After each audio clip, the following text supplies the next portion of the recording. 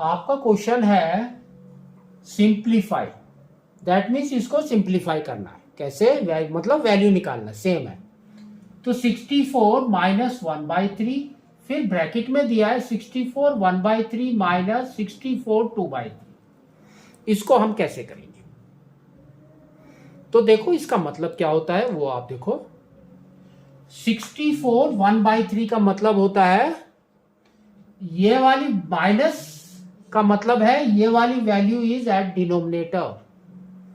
तो इसको आपको कैसे लिखना है? 1/64 एंड पावर इज 1/3। ठीक है, फिर यहां पर आ जाएगा ये वाला, इसको यहां पर बड़ा ब्रैकेट ले लो, तो इसको अलग लिखो। तो ये हो जाएगा आपका 64 एंड पावर इज 1/3, फिर माइनस, अब 64 2/3 है, तो इसको हम लिख सकते हैं 64 1/3 whole to the power of 1/3।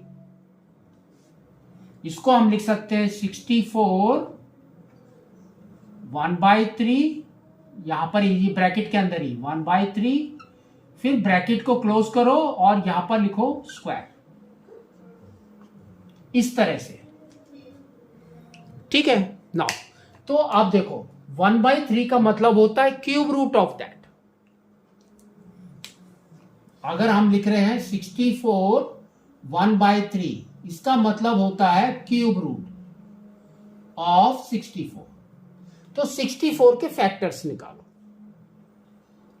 तो 64, तो ये हो गया 2 32, फिर 2 से 16, फिर 2 से 8, फिर 2 से 4, फिर 2 से 2, फिर 2 से 1। तो अब आपको क्या करना है?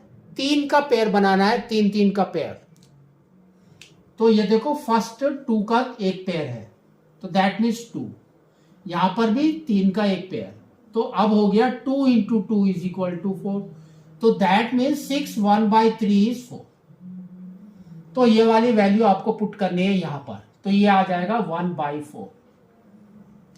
यहां पर ये भी हो गया आपका 4, माइनस ये है आपका 4, तो 4 लिख दिया, एंड यहां पर है स्क्वायर। तो इस तरह से आएगा।